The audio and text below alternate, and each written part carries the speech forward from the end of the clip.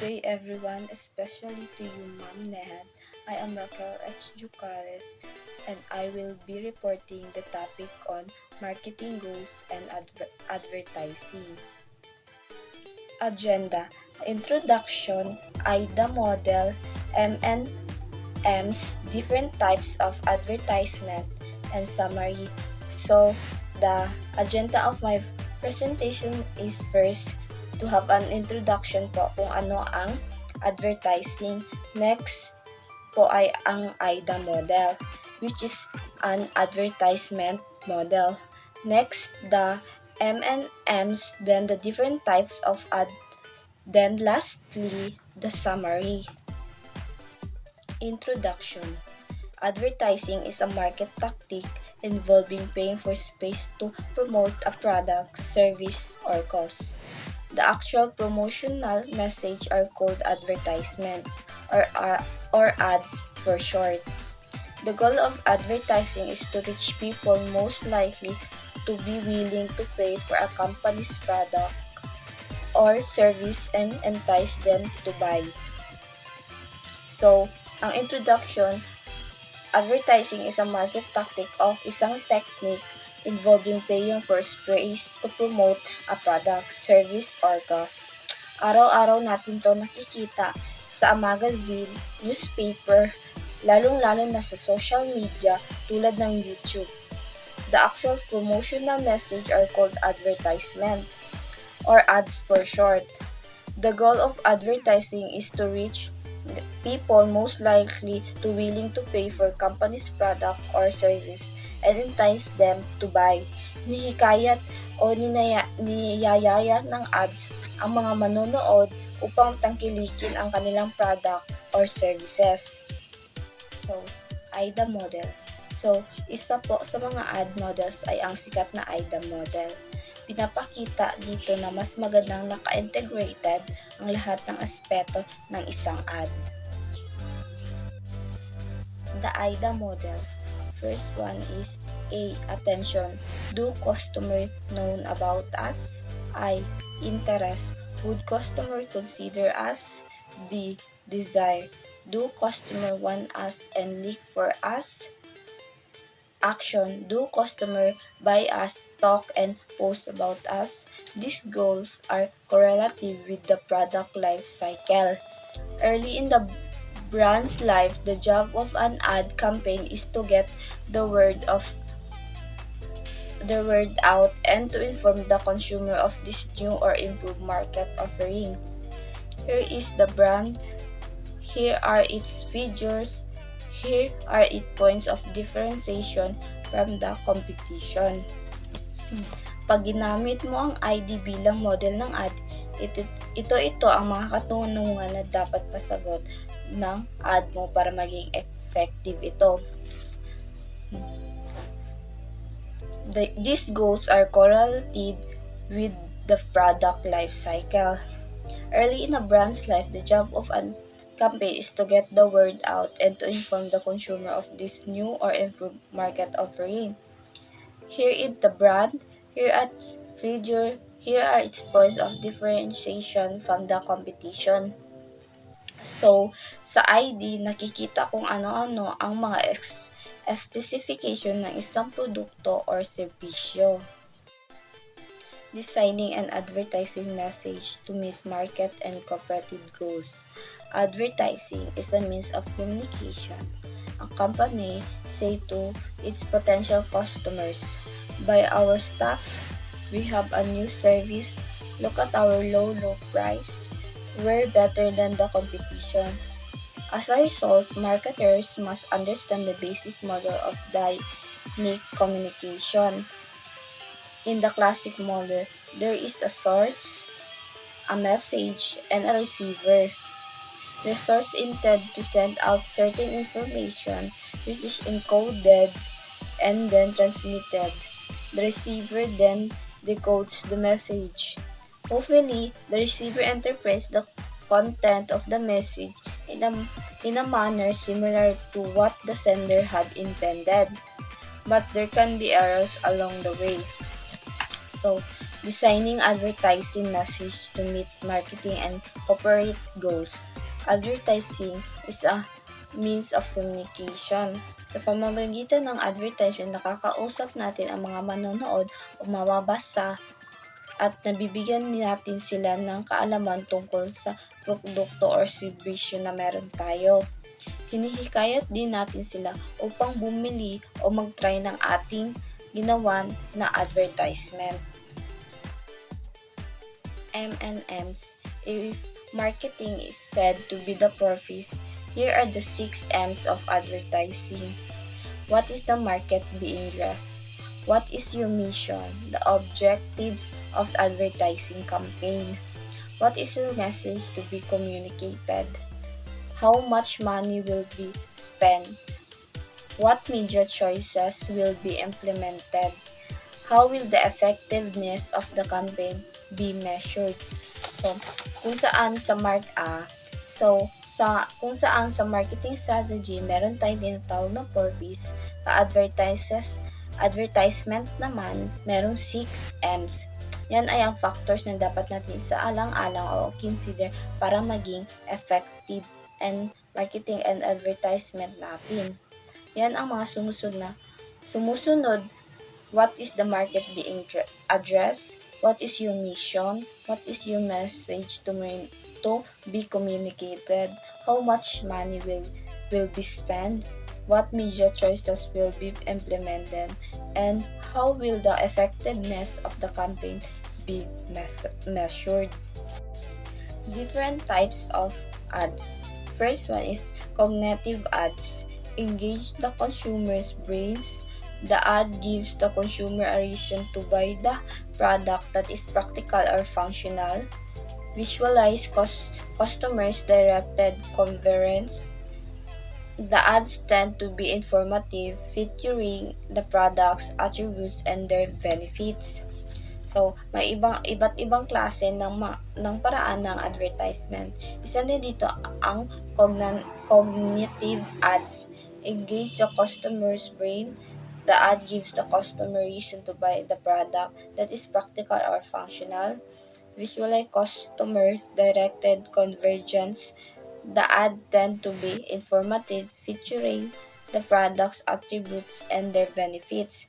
So, pinipuntirya nito ang pag-iisip ng mga manonood o mambabasa. Pinapaalam nito sa audience ang mga specification ng produkto or serbisyo. Non-profits, one-sided argument. A one-sided argument means that the company focuses on expressing the benefits of its product to the consumers. This approach is a common one among advertisers. Many examples exist. For example, a recent Brookstone features a motorized drill brush with steam cleaning power as an idea for Father's Day.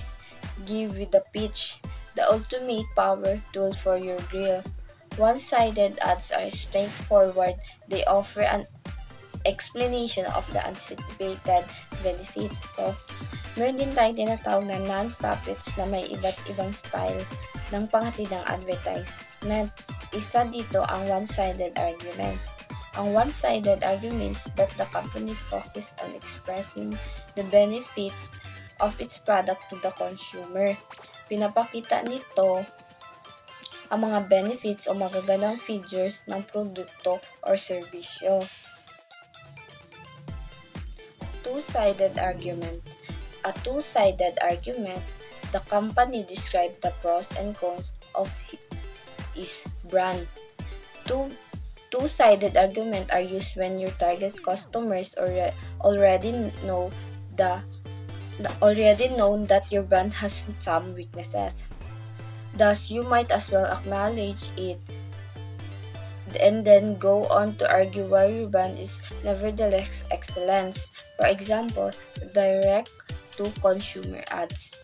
By pharmaceuticals company make claims for drugs that will help alleviate symptoms, but possible side effects must be acknowledged. In contrast, if customers do not know the product weaknesses, Companies don't usually point them out via this kind of ad. There are two benefits to two-sided argument. First, they stand out.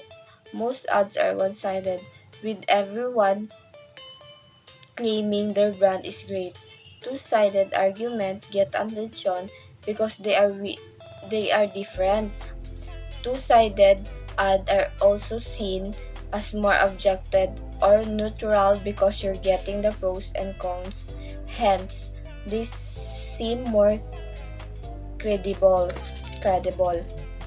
So, kasunod naman ay ang two-sided um, argument. The company describes the pros and cons of its brand. Two-sided arguments are used when your target customer already know that your brand has some weaknesses. Thus, you might as well acknowledge it and then go to argue while your brand is nevertheless excellent. Maganda ang two-sided argument dahil pinapakita na rito bukod sa kagandahan ng produkto or serbisyo, ang mga what could go wrong sa pamamagitan nito, mas nagiging credible ang ganitong klase ng ad at mas naniniwala ang audience rito. Non-comparative ad. In a non-comparative ad, a brand is mentioned and its features, attributes, image portrait, etc. are conveyed. The ad features a single brand, the brand benefits, imagery, and positioning are highlighted, and no competitors are featured or implied. So, mayroon din non-comparative ad. In a non-comparative ad, a brand is mentioned and its feature attributes, image portrait, etc. are conveyed. Then, the ad feature a single brand. Nakafocus lang sa kung ano ang produkto ng kumpanya ang ganitong klase ng ad at wala nang binabanggit na iba.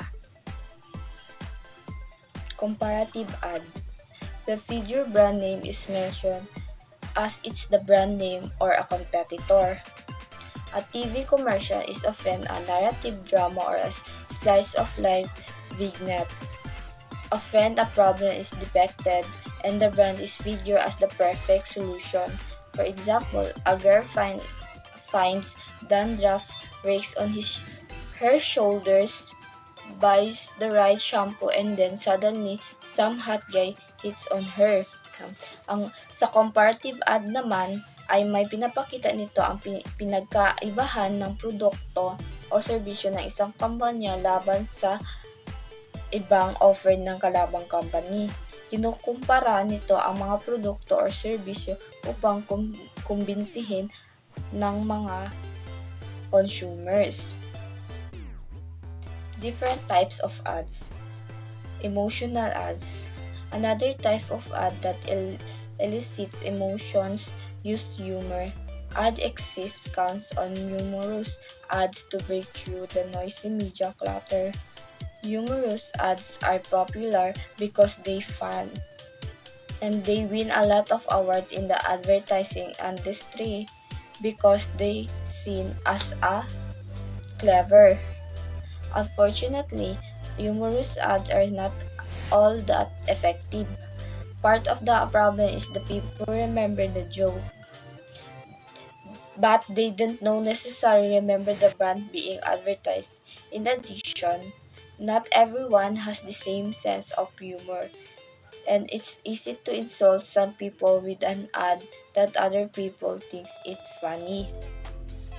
So, sa pangalawang, under different types of ads, ang emotional ads, another type of ad that elicit emotion, use humor.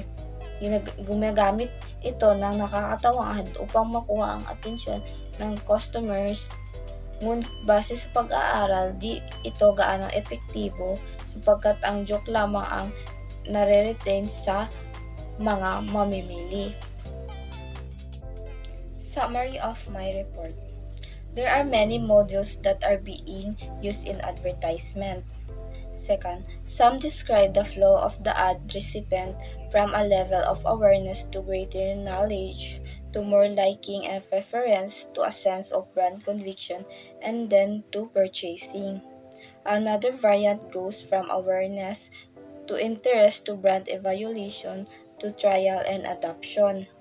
Another model describes the process as one going from an ad exposure to receiving the message to a cognitive response, to a change in attitude, to intention to buy, and finally to the behavior of buying. Last one is choose whatever model that suits you.